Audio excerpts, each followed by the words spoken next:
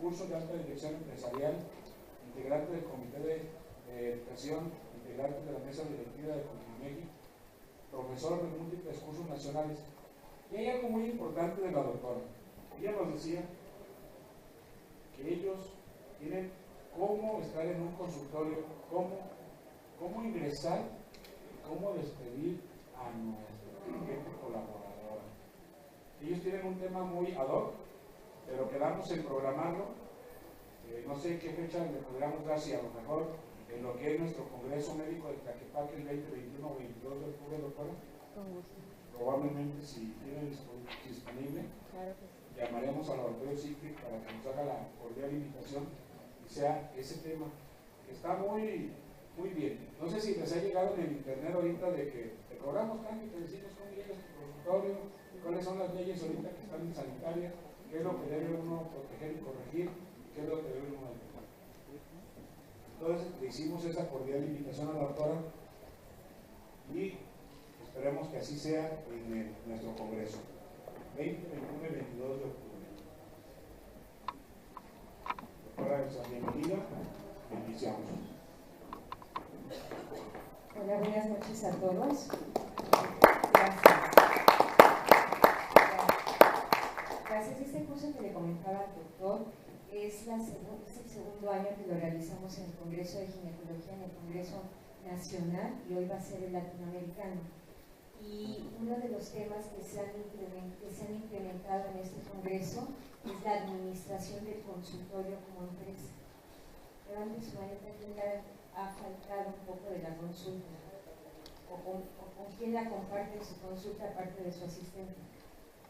Porque muchos de los que estamos aquí hemos tenido algún problema, se llevan o no nos entregan todas las cuentas, o se pierden cosas, o tenemos a veces demandas laborales, o cosas de esas que ustedes diariamente las han vivido.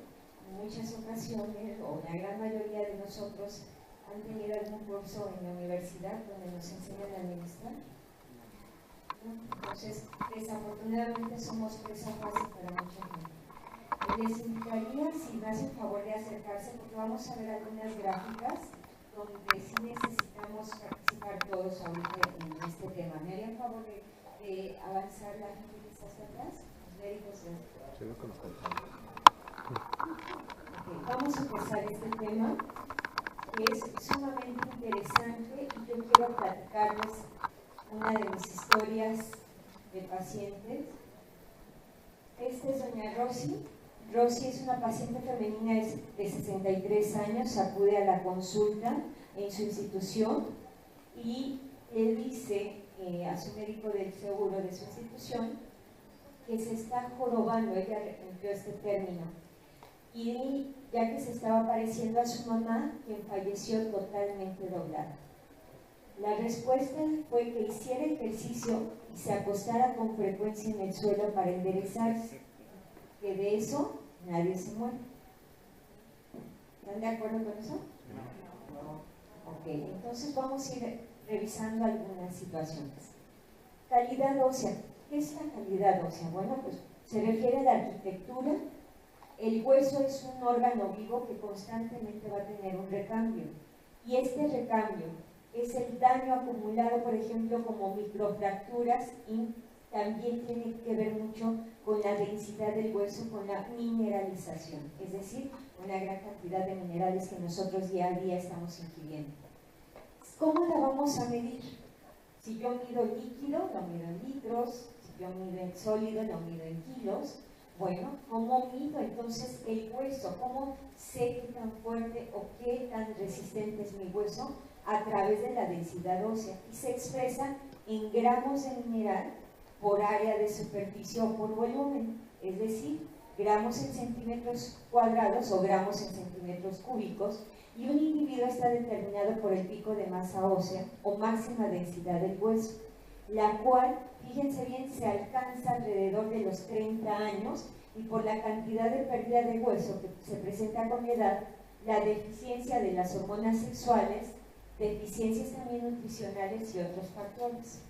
Esto es bien importante porque nosotras vamos a estar haciendo, nosotros en general, tanto hombres como mujeres, vamos a estar haciendo recambio continuo del hueso, pero normalmente nosotros se detiene este recambio o se vuelve mucho más lento después de los 35, 40 años. Y en el hombre el deterioro va siendo lento. Pero ¿qué pasa con las mujeres? Con las mujeres tenemos una situación hormonal que se llama climaterio y menopausia. Y tiene que ver mucho con el recambio del hueso.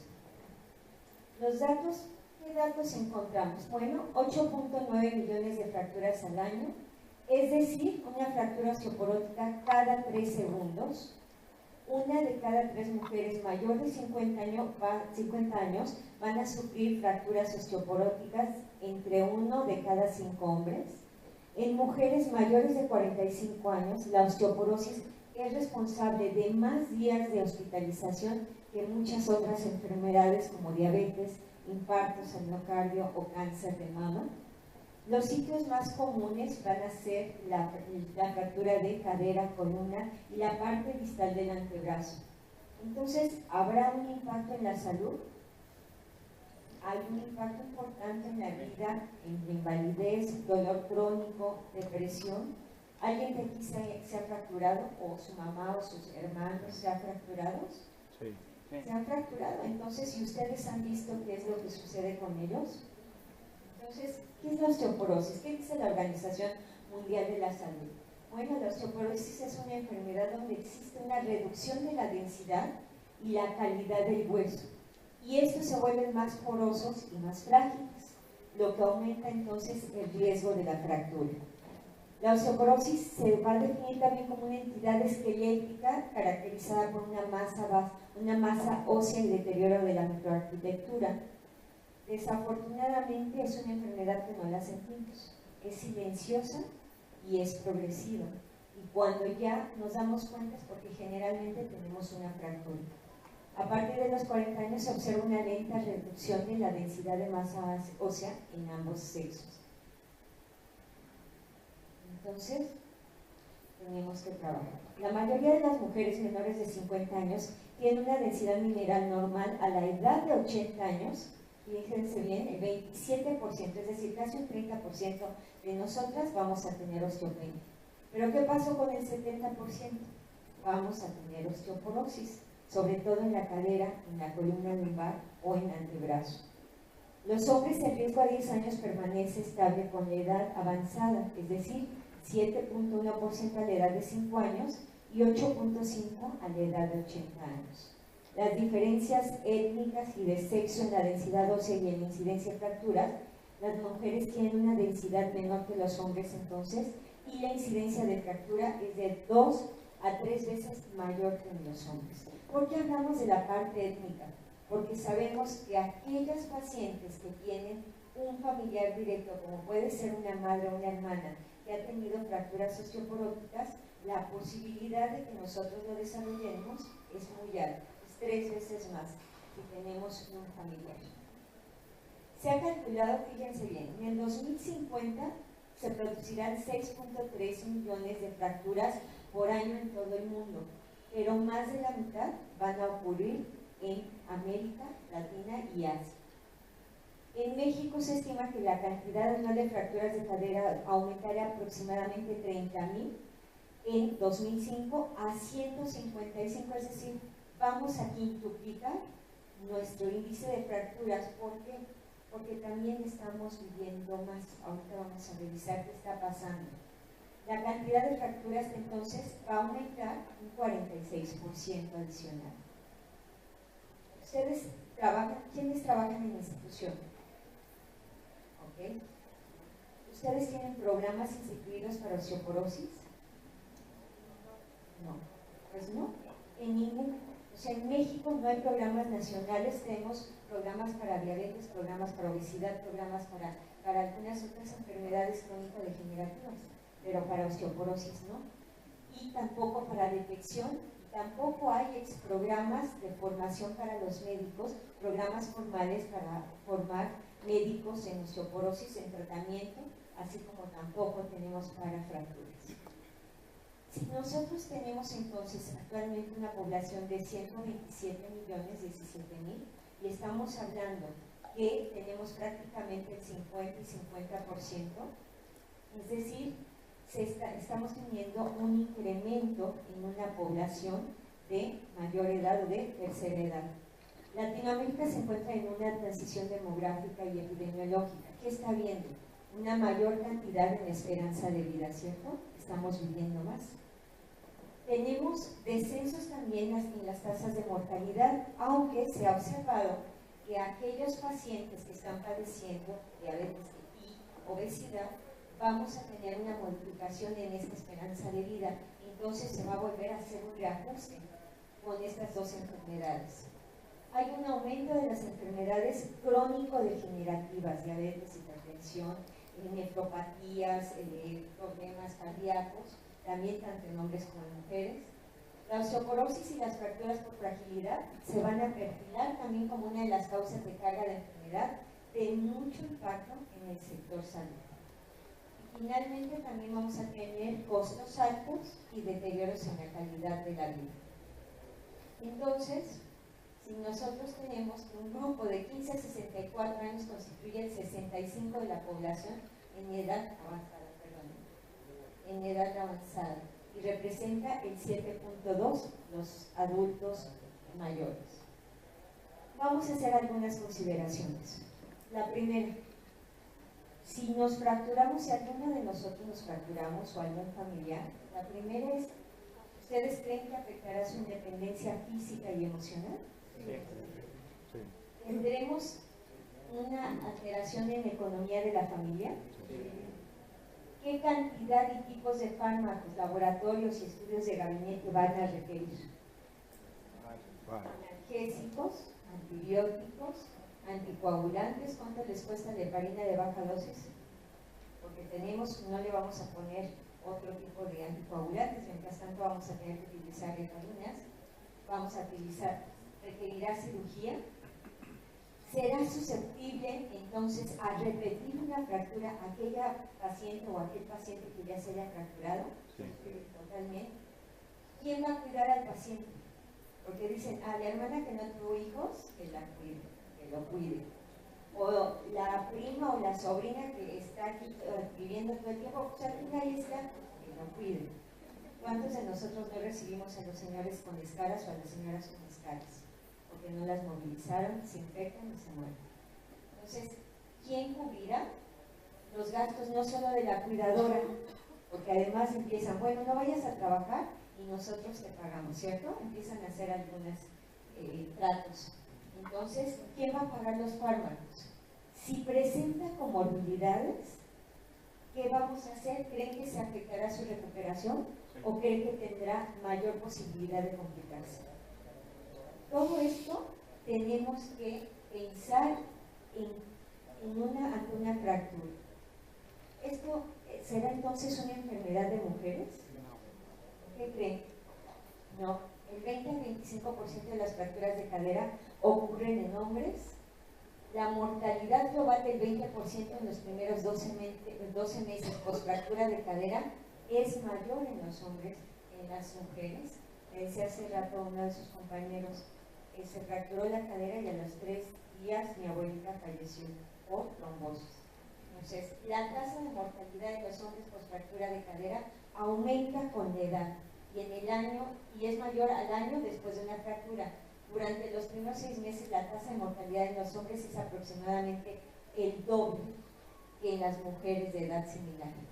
Y el riesgo de por vida residual de sufrir una fractura de osteoporosis en hombres mayores de 50 años es 27% mayor del riesgo de desarrollar cáncer que de desarrollar cáncer de próstata. Esto significaría el 11.3. Entonces, no es una enfermedad de mujeres, ¿cierto?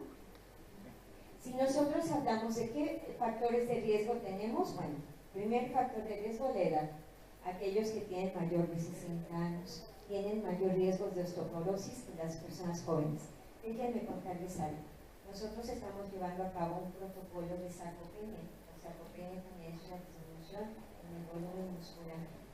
Y encontramos mujeres de 50 años ya con sarcopenia y sarcopenia. Y uno no lo puede creer. Cuando hicimos el interrogatorio, son mujeres que no hacen ningún ejercicio, no se mueven, son directivas, son secretarias, son administrativas, son directoras de empresa o de hospitales. ¿Cuánto tiempo requeriremos entonces el ser humano para disminuir la posibilidad de desarrollar sarcopenia y osteoporosis? ¿Cuánto tiempo les recomiendan a sus pacientes? ¿A la semana cuánto tiempo? 150 minutos. 150 minutos a la semana. ¿Quién da más? ¿Quién da menos? Son 30 minutos diarios. 30 minutos diarios, ya vamos a ver. ¿Otro? Lo ideal es por lo menos 45 minutos a una hora, 4 veces a la semana.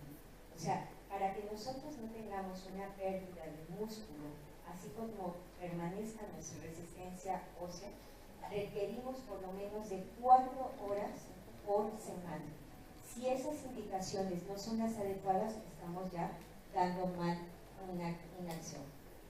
Tenemos, ya lo comentábamos, un gran componente genético, tenemos inactividad física, sedentarismo, alteración de la función neuromuscular, la fuerza muscular reducida, alteración de la marcha y el equilibrio son factores de riesgo para fracturas por fragilidad. Cuando nos vamos a caer, nosotros todavía estamos un poquito más jóvenes, ¿qué hacemos? Nos vamos a comenzar, ¿cierto? Estas son nuestras neuronas rápidas de respuesta. ¿Qué hace la gente mayor cuando se cae? Hace esto. Por eso se fracturan clavículas, por eso se fracturan la cadera, porque esas neuronas de respuesta rápida son las primeras que se van a morir con la edad. Entonces, por eso se fractura con más frecuencia la cadera, o el hombro, o la cadera. Entonces, el tabaquismo es otro factor que conduce a una menor densidad ósea, alta ingesta de alcohol, puede duplicar el riesgo de fractura de cadera, es decir, 4 onzas, no de tequila, no, sí tiene que ver con 4 onzas en general de alcohol. ¿Okay? Los factores de riesgo para osteoporosis también. Nosotros, ¿cuántos de nuestros pacientes que utilizan esteroides les pedimos una densitometría aunque tengan 45 o 40 años? Tenemos que pedirlas porque esas pacientes van a tener mayor riesgo. ¿Cuántos de nuestros pacientes que tienen diabetes no les pedimos antes una densitometría? ¿Quiénes no tomamos en general después de los 50 años o quiénes no administramos inhibidores de la bomba de ácido? Todos, raniceno, omeprazol, simetripina, todo esto, ¿cierto? Bueno, son factores de riesgo para disminuir la absorción del calcio y condicionar a una osteoporosis secundaria. Entonces, peso corporal bajo, y la pérdida de peso se asocia con mayor pérdida de masa ósea. Después de una fractura por un trauma inicial de una simple caída, tanto los hombres como las mujeres tienen mayor riesgo de sufrir una nueva fractura en los próximos 5 a 10 años. ¿Quién de nosotros, en cuanto vemos, ya sea médicos generales, traumatólogos o médicos internistas, iniciamos un antirresortivo o un tratamiento para osteoporosis sabiendo que esa paciente ya se fracturó? No lo hacemos. Entonces, estaremos pensando,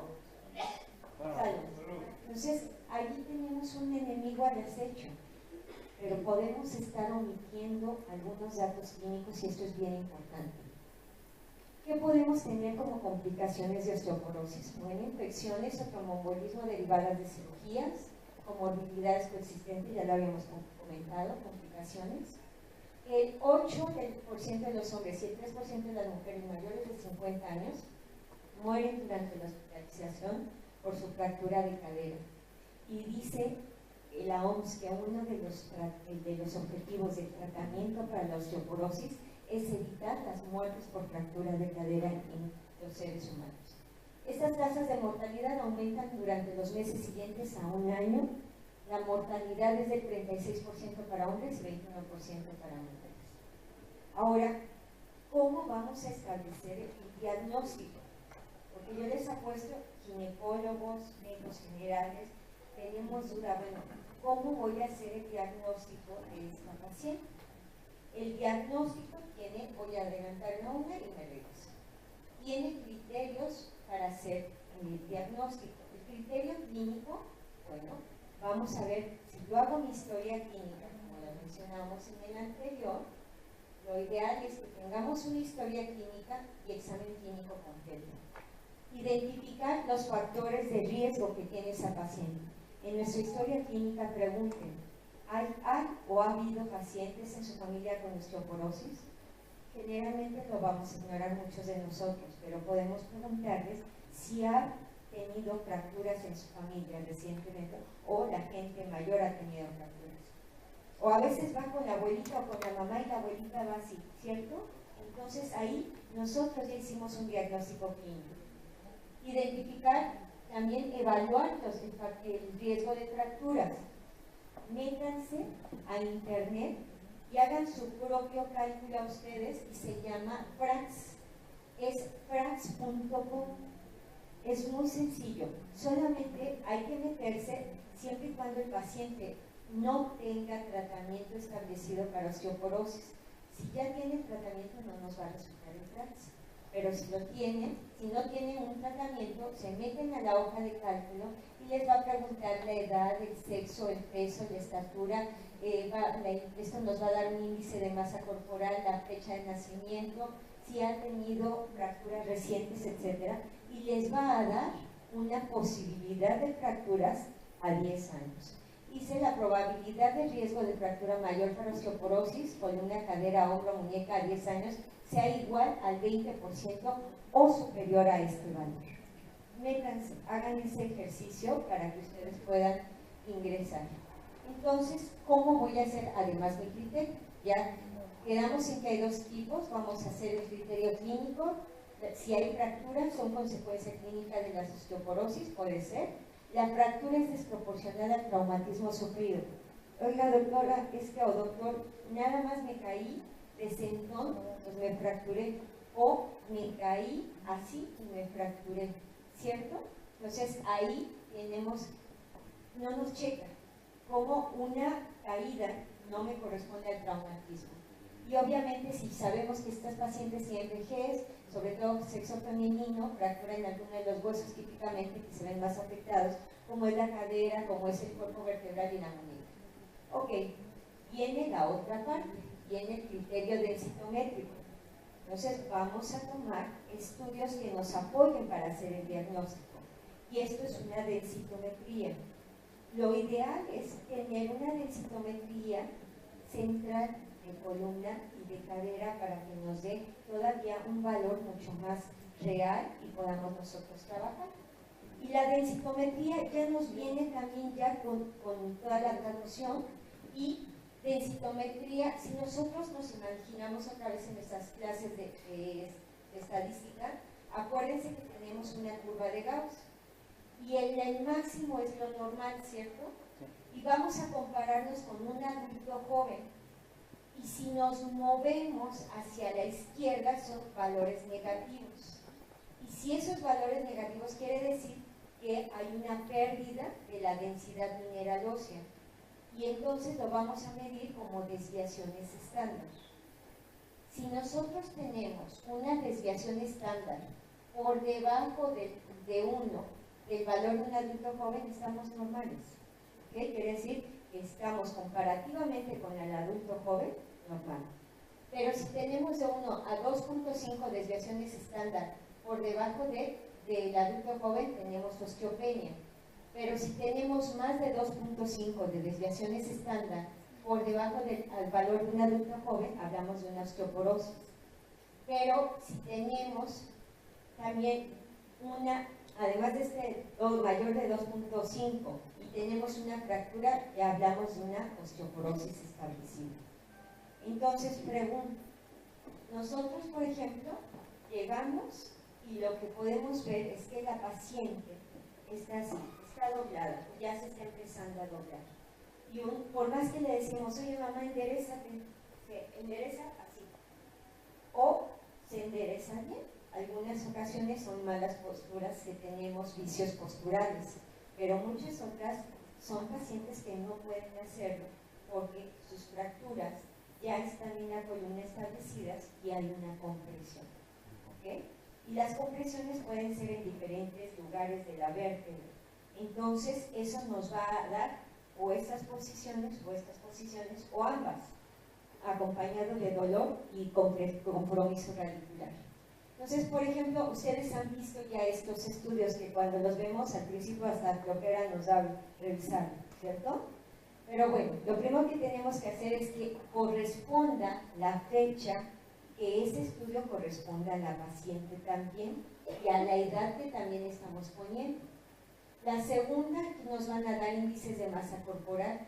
La tercera, nos dan una imagen, en este caso de la columna, y vean cómo permanecen sus espacios en el caso de esta paciente. Pero ¿qué creen?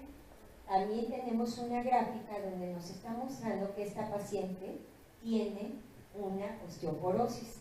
Esta paciente es una señora joven, relativamente 58 años joven, y resulta que ya se fracturó.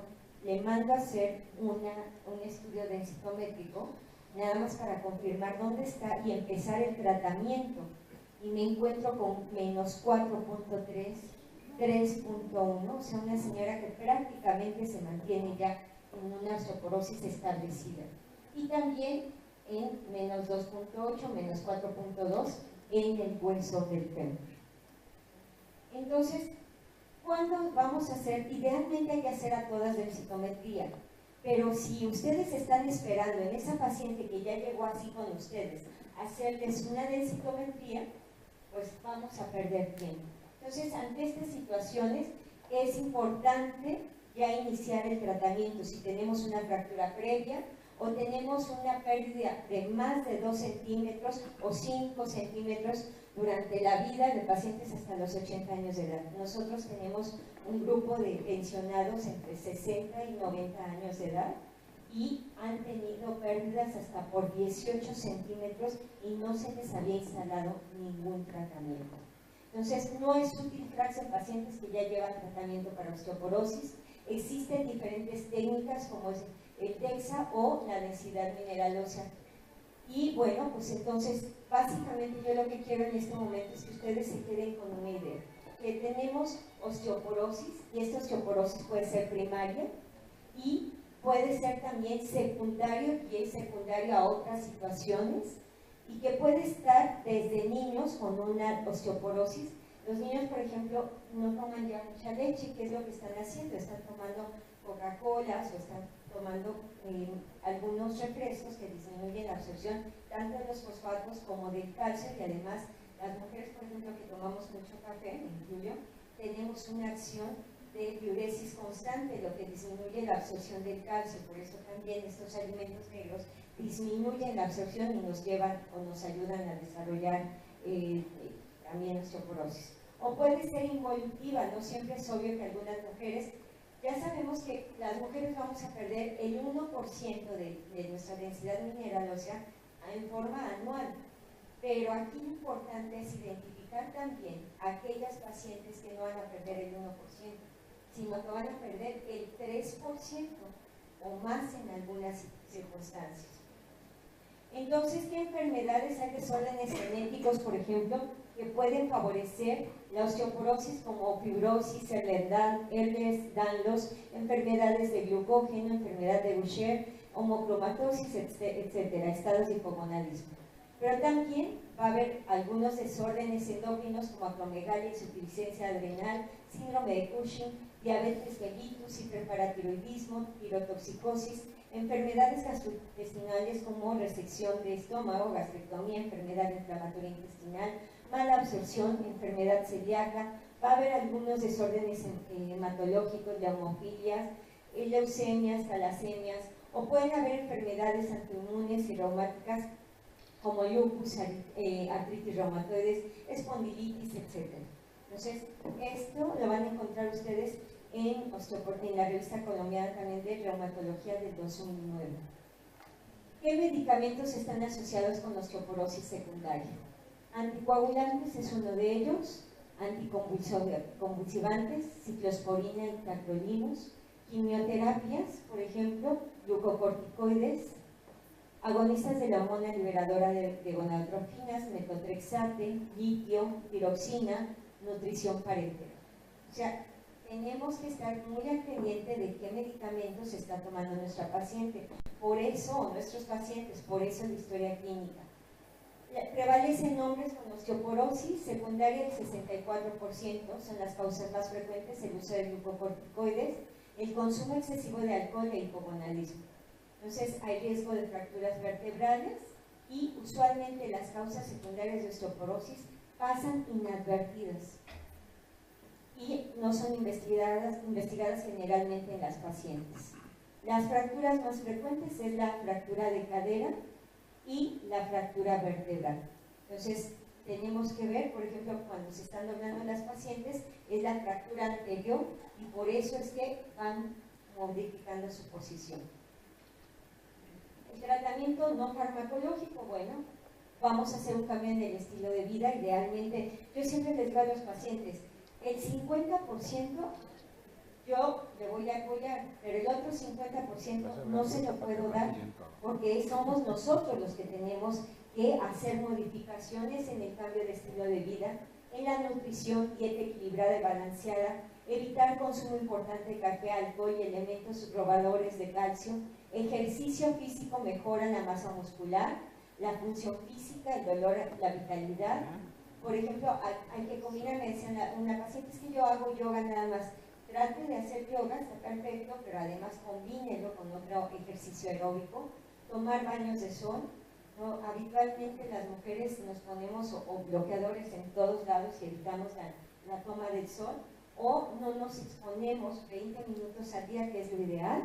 Prevención de caídas. Muchas ocasiones veo a los señores que llegan despacio, a veces no ven, a veces no escuchan, a veces necesitan el bastón, necesitan la andadera, se les olvida, los familiares muchas veces no les ayudan a caminar o a subir o a bajar, y este tipo de cosas tan triviales pueden ser los que desencadenen una complicación y en muchas ocasiones la muerte del paciente.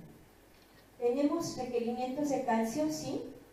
Existe una gran variación en la ingesta cálcica del humano que va de 300 a 1500 miligramos por día, y las necesidades fisiológicas a través de la vida, como puede ser crecimiento, pubertad. No es lo mismo el adolescente cuánto calcio requerimos, en el embarazo cuánto requerimos y en la posmenopausia cuánto más calcio vamos a requerir. Entonces va a variar las cantidades que requiere el ser humano en diferentes momentos de la vida y nosotros se los tenemos que dar.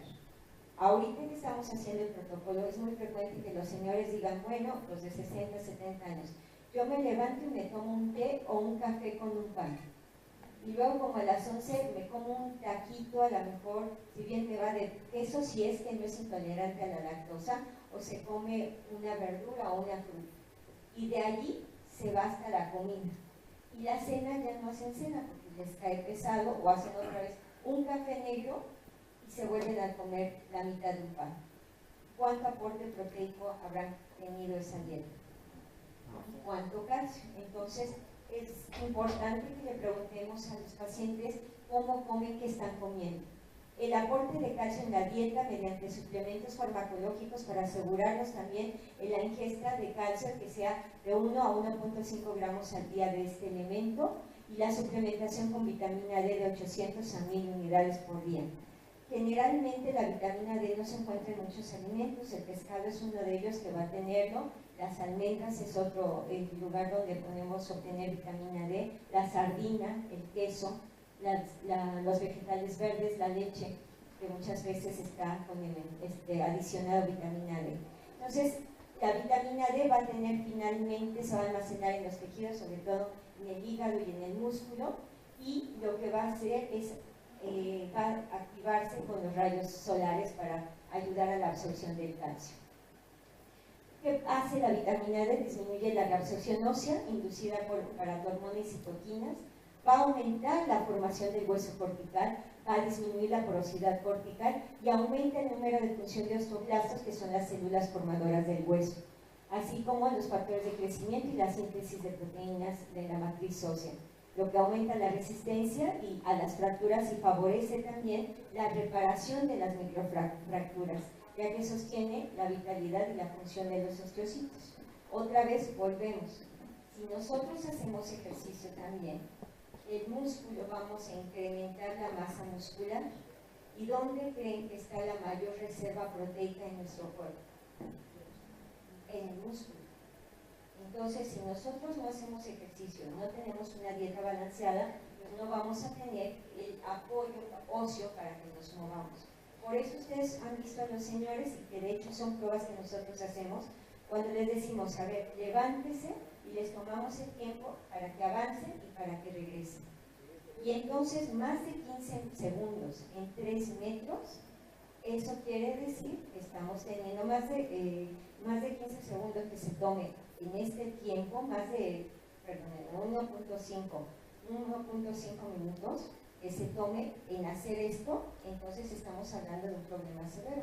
Ustedes los ven, se levantan, se tienen que agarrar de algo, se levantan despacio, caminan, otra vez se regresan y para volverse a sentar, ¿qué vuelven a hacer? Se vuelven a apoyar, ¿cierto? Y se vuelven movimientos muy lentos. Entonces ahí tenemos otro dato clínico importante. Los estudios destacan la presencia entonces de hiperparatiroidismo también, que favorece la pérdida de la masa ósea. La hipocloridria o acloridria, que acompaña el envejecimiento, también altera la biodisponibilidad del calcio precedente de la dieta, y a partir de la sexta década de la vida se observa una prevalencia de atrofia gástrica del 20 al 50%.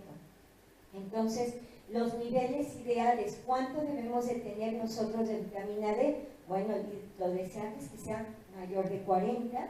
Cuando es menor de 40 podemos hablar de una insuficiencia y una deficiencia cuando tenemos menor de 10. Entonces, hay medicamentos que nosotros podemos administrarles a los pacientes, no solamente el tratamiento que se va a elegir.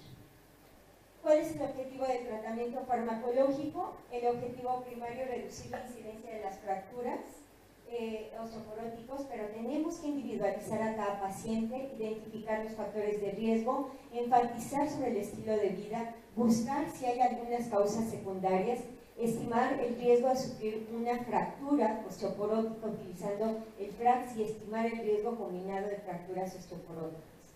Entonces, ¿cuáles serían las recomendaciones para instalar un tratamiento? Bueno, primero hay que hacer idealmente una prevención, pero si tenemos una osteoporosis primaria, una osteopenia indexa valores cercanos a osteoporosis, o si ya tenemos un valor de menos 2.5 desviaciones estándar y la paciente tiene mayor de 70 años, mayor de 65 años con otro factor de riesgo mayor, menor de 65 años, pero ella ya ha tenido con 2 factores de riesgo mayores o con un mayor y 2 menores, presencia de múltiples factores de riesgo mayores y menores, si tenemos osteopenia, y cercanos a osteoporosis, porque es aquí donde la mayor parte de las pacientes se fracturan. Es decir, les pedimos una densitometría y no tienen más de menos 2.5, sino son pacientes que a lo mejor tenían osteopenia de 1.5 y viene fracturada y tiene 65 años, entonces esas pacientes tienen que iniciarse el tratamiento. Si sabemos que utilizan glucocorticoides, aquí dice esta tabla, en este consenso dice que hay mayor de 7.5 miligramos al día de prednisona, pero los estudios también de metaanálisis dice, a ver, si nosotros comparamos a aquellos pacientes que utilizan prednisona, aunque sea dosis mínimas, se van a fracturar con mucho mayor frecuencia que aquellos que no lo están utilizando. Entonces, también se establece que aquellos que tengan, aunque sean dosis bajas, tenemos que tomarlos como un factor mayor. Todos los casos con antecedentes de fractura por bajo mecanismo de energía en cadera o vértebras. ¿Cuántas veces no nos hemos preguntado como médicos? Bueno, tenemos muchas opciones de tratamiento, ¿cuál le voy a elegir? ¿Cierto? ¿Cuál va a ser el mejor para esta paciente? Bueno, primero tenemos que saber cuántos grupos tenemos. Anticatabólicos que reducen el remodelamiento como bifosfonatos, tratamiento hormonal de reemplazo raloxifeno, calcitonina, denosumab. Tenemos anabólicos como que aumentan el remodelamiento con un saldo positivo a favor de la formación, como es la teriparatide. Y de acción mixta, que es el que desacopla en el proceso de remodelación, reduciendo la absorción y aumentando la formación, como es el granulato de estroncio, que ya en nuestro país prácticamente ya no lo conseguimos. Entonces, otra vez, traigo este esquema para que nosotros veamos cuáles pueden utilizar. Entonces, si tenemos riesgo de fractura vertebral elevado, equivalente a 2 o más fracturas vertebrales, podemos empezar con un antirresortivo como es el PTH, y que esto lo podemos utilizar por 2 años. Esta paciente que les enseñé el estudio, les dije, señora, usted necesita este tratamiento porque ya se fracturó y tiene una osteoporosis instalada. ¿Saben qué me dijo? No, yo no me voy a estar inyectando ni me voy a estar poniendo nada, le tengo pánico en las ampolletas, no me lo voy a aplicar. Entonces, deme otra alternativa.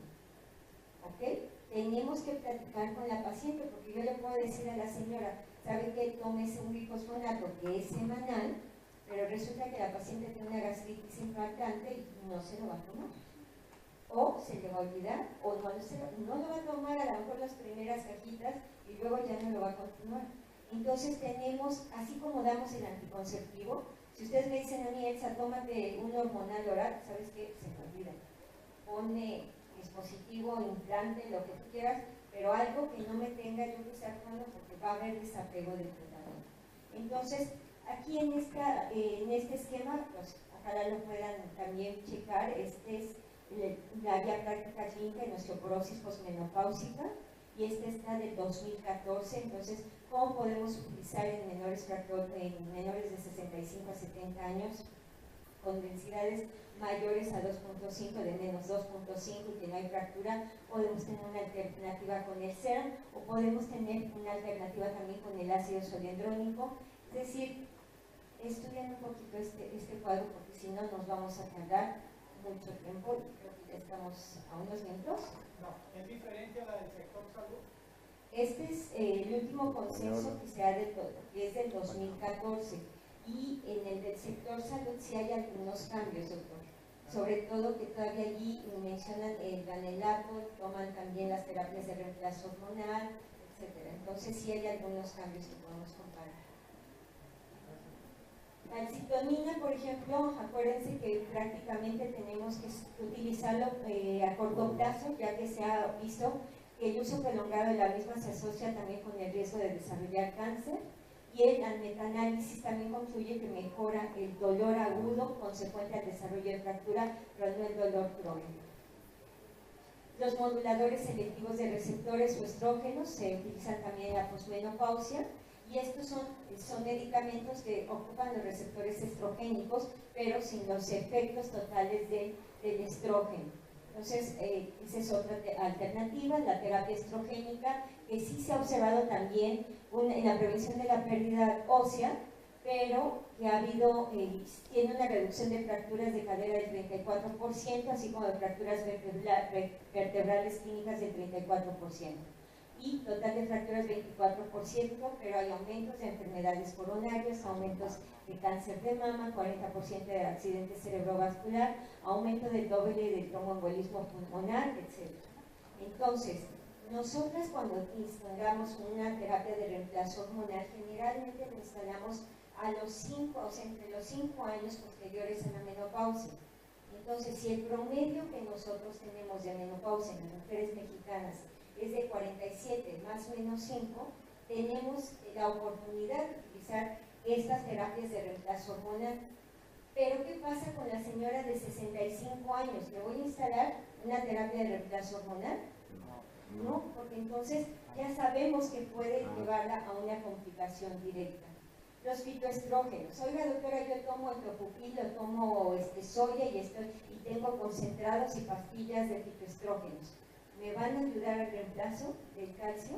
Entonces, hasta este momento no hay evidencia científica que avale la absorción del calcio.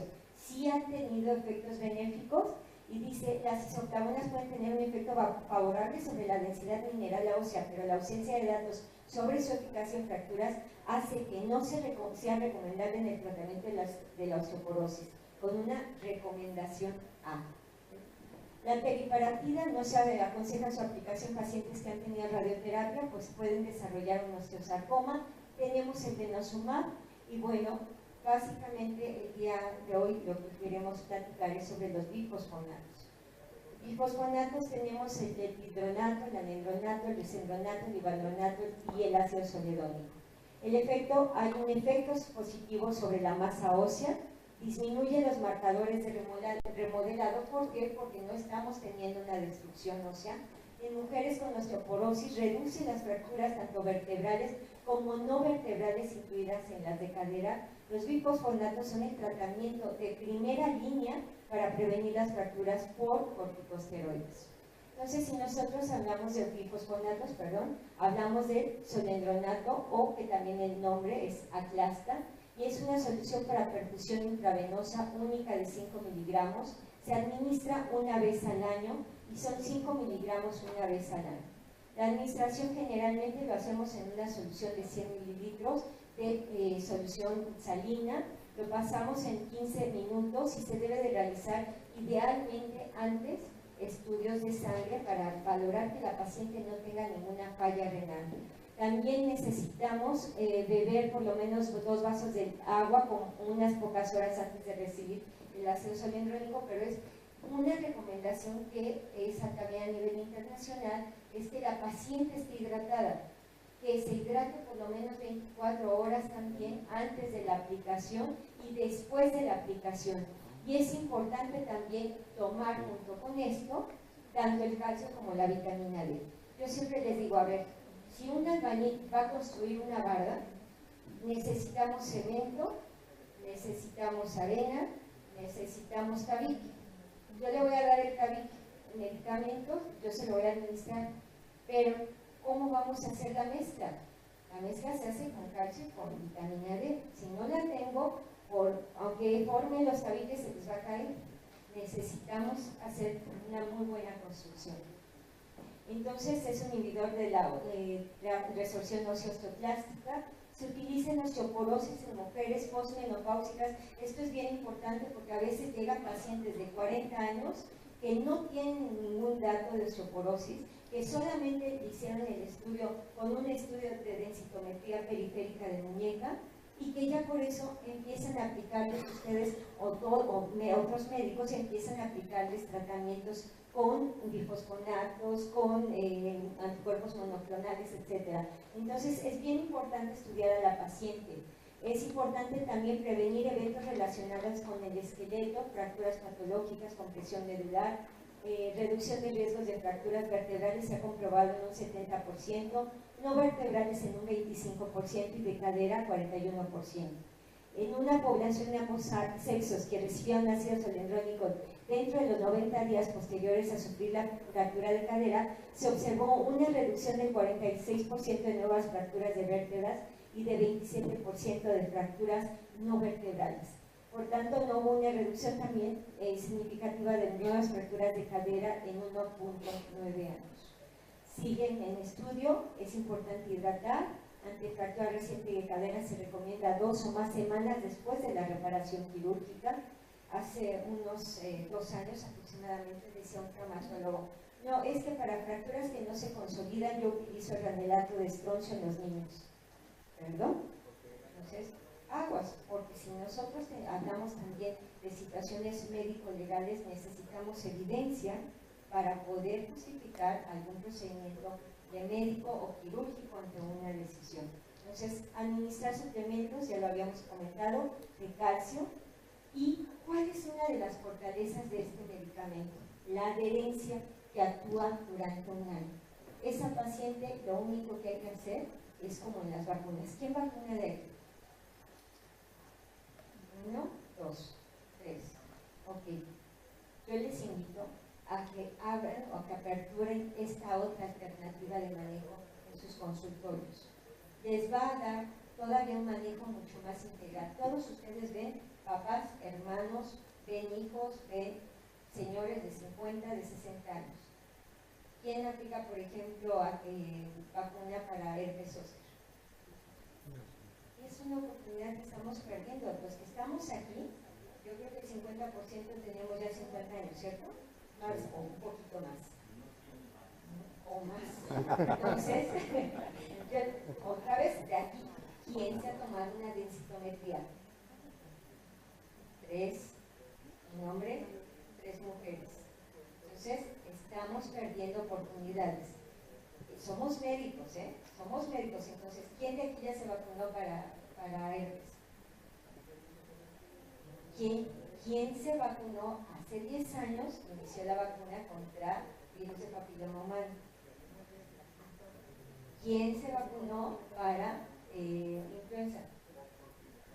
¿Okay? ¿Y por qué no nos vacunamos para lo demás? Estaremos perdiendo también una oportunidad médica con nuestras pacientes y un ingreso económico para el consultorio para nosotros. ¿No lo estaremos perdiendo? Hagámoslo. Yo les invito a que lo hagan. ¿Qué otra cosa? Menor impacto económico. ¿Por qué toqué lo de las vacunas? Porque cuando nosotros aplicamos un medicamento, ¿qué es lo que hacemos? Se lo anota en el expediente y lo guardamos. Si nosotros hacemos una cartera de datos o en una base de Excel, mira, a doña Rosita le toca su vacuna, su Atlasta, o le toca su vacuna de X, o le toca que venga su densitometría. Oiga, doña Rosita, ¿no va a venir? Ya se me había olvidado. Sí, doctor, voy para allá. No es una forma de que yo como paciente diga, mi doctor me tiene en su mente. No es una relación. ¿Qué sentirían si yo les llamo y digo, oye, Rosita o Mari, ¿sabes qué? No has venido a tu vacuna o no has venido a tu clase? ¿A poco ya pasó un año? ¿Cierto? Entonces, ¿cómo estamos haciendo también los recordatorios para formar la adherencia? Menor impacto económico a largo plazo. Me dice, híjole, doctora, pero la ampolleta cuesta ¿cuánto? ¿Como 8,000 o 9,000 pesos? Sí. No, mejor me sigo tomando el bifosfonato semanal. ¿Cuánto les cuesta una cajita semanal? Hay muchos, pero entre 1,000 y 1,200 por mes. Si hacemos cuentas, por 12 meses, ¿cuánto vamos a gastar? Entonces, 12,000 a 13,000 pesos. Prefiero una ampolleta de 8,000 a un gasto de 12,000. Ya hay formas de pago en meses y todo, entonces no les estoy vendiendo el medicamento, simplemente les estoy diciendo que los impactos económicos para una señora de 70 años que a lo mejor ya no es productiva, a lo mejor es muy productiva todavía, pero no es fácil desembolsar esas cantidades. Si está siendo tratada, es importante que antes de que nosotros apliquemos el medicamento, veamos si contiene el mismo principio activo que Atlasta, si no hay alteraciones renales, si la paciente no tiene intolerancia gastrointestinal o antecedentes quirúrgicos de glándulas paratiroideas, si no tiene antecedentes de intestino, como pueden ser resecciones que nos lleven a una mala absorción. Antes de recibir el tratamiento, solicitar información si hay dolor o hinchazón o adormecimiento o pesadez de lo que es la mandíbula, sobre todo por el antecedente de osteonecrosis a los que se le han asociado la aplicación de los bifosfonatos. Y el paciente debe informar a su dentista antes de recibir el tratamiento dental o de someterse a una intervención que está siendo tratado con ácido solendrónico. Entonces, tomar un poquito más de precauciones, tomarles una placa en general, etc. Entonces, aquí, vean, este es uno de los ejemplos. Efectos adversos poco frecuentes del ácido solendrónico. Bueno, puede haber infecciones del tracto respiratorio, pérdida del apetito, insomnio, sed, puede tener cansancio, temblor, pérdida temporal a veces de la conciencia, infección. O sea, no es que lo va a tener. ¿Cuántos efectos colaterales no nos ponen en los anticonceptivos? Nos ponen como 40 y a veces la paciente, oiga, doctora, pero eso me va a pasar con esto. No, esto es lo que puede suceder en casos, muy pocos casos, pero se tiene por obligación y por ética se tiene que poner. Entonces, aspectos conocidos de la osteoporosis. Bueno, en una encuesta que se cita en la OMS realizada en 11 países se mostró, uno, que las pacientes y los pacientes tienen una negación del riesgo personal por las mujeres, sobre todo en las posmenopáusicas, de la enfermedad. Ay, ¿cómo crees que yo voy a tener osteoporosis? Si me siento bien. Falta de diálogo sobre la osteoporosis con su médico. Oiga, ¿qué es la osteoporosis? Vamos a sentarnos. Restricción en el acceso al diagnóstico y al tratamiento antes de la primera fractura. Resultado, un infradiagnóstico e infratratamiento de la enfermedad. Entonces, Esta ventaja de adherencia al tratamiento es la aplicación anual. Los pacientes, y déjenme que les explique algunas situaciones de todo lo que es la adherencia. Los pacientes que inadvertidamente omiten varias dosis y los médicos que atribuyen a una falta de eficacia pueden no ser conscientes que el problema es una pobre adherencia. Oiga, doña Mari, no, ya se fracturó y yo le puse la grasa, pero ya no regresó y ya pasaron 4 años de la última dosis. Ay, pero es que se me olvidó y pues yo no sabía para qué era y no le entendí. Esto es sumamente frecuente. La no adherencia es un fenómeno mundial de graves consecuencias que se puede presentar en todas las edades. Se observa en casi todos los estados y tienden a empeorar a medida que la enfermedad avance o el paciente lleva más tiempo con la terapia.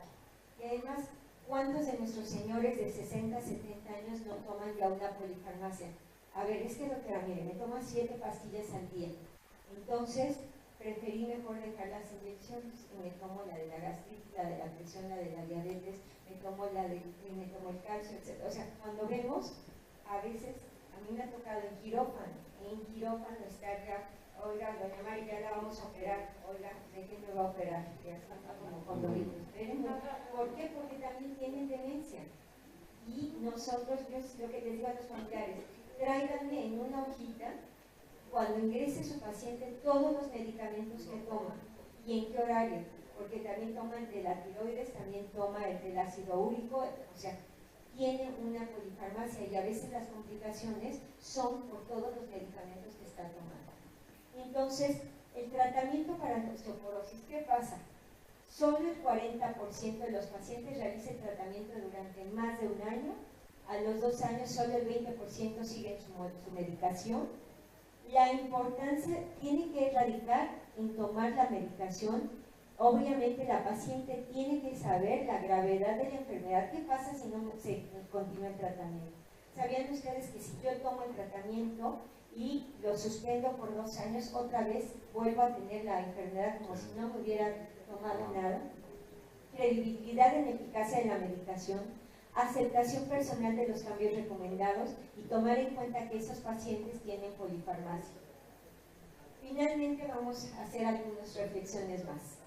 Siempre que veo a una paciente mayor de 50 años o con factores de riesgo para osteoporosis, pienso y le informo sobre la enfermedad. ¿Lo estamos haciendo? No. Entonces, a lo mejor hoy, después de esta plática, a lo mejor podemos empezar a pensar en eso y cambiar nuestra actitud. ¿Cuánto tiempo tomamos en explicarle a la paciente la gravedad del padecimiento? Oiga, si usted se cae, se puede fracturar la cadera.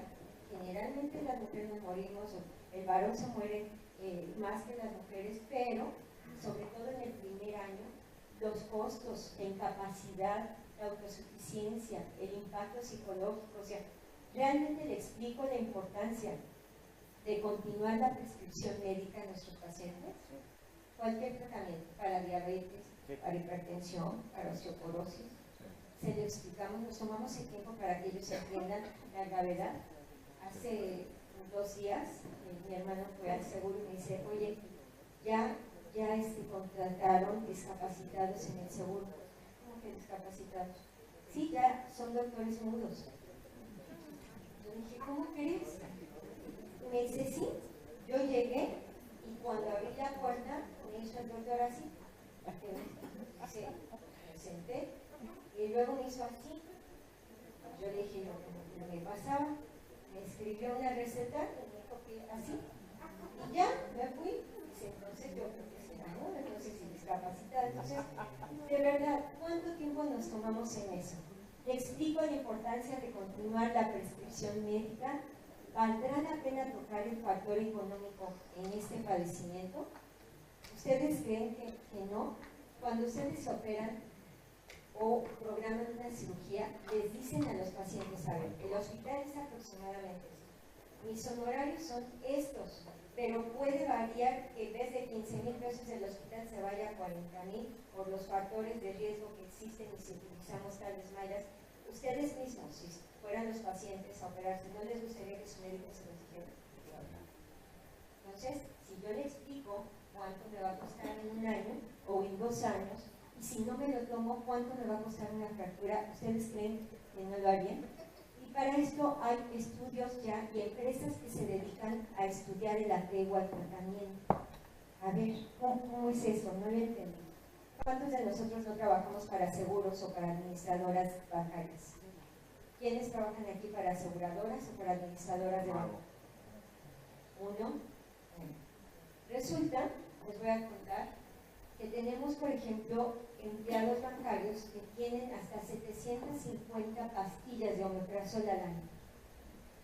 Entonces, a ver, algo está pasando.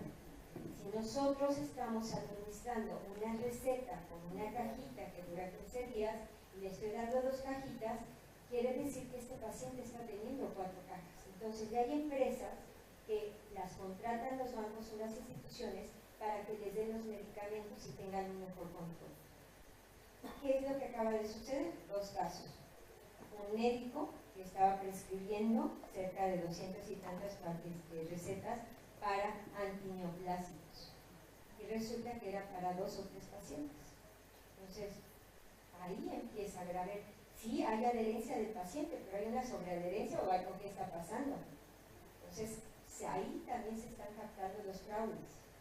Esta es una de las formas, o de que los mismos pacientes vendan el medicamento. ¿Cierto o no es cierto? Venden el medicamento, o muchas ocasiones al médico, la secretaria, nosotros le decimos, le firmamos y se la damos al asistente, tú llénasela. Y la asistente puede tener allí una relación pues, maliciosa, a veces con el paciente o ella misma, llenarse sus propias recetas. Y la responsabilidad de los medicamentos, ¿de quién es? Médico. Entonces, por eso hay empresas que se están dedicando a esto.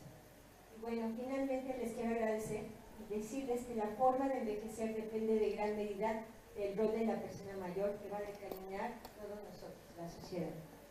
Pues les agradezco mucho y espero que haya sido de interés esta tarde.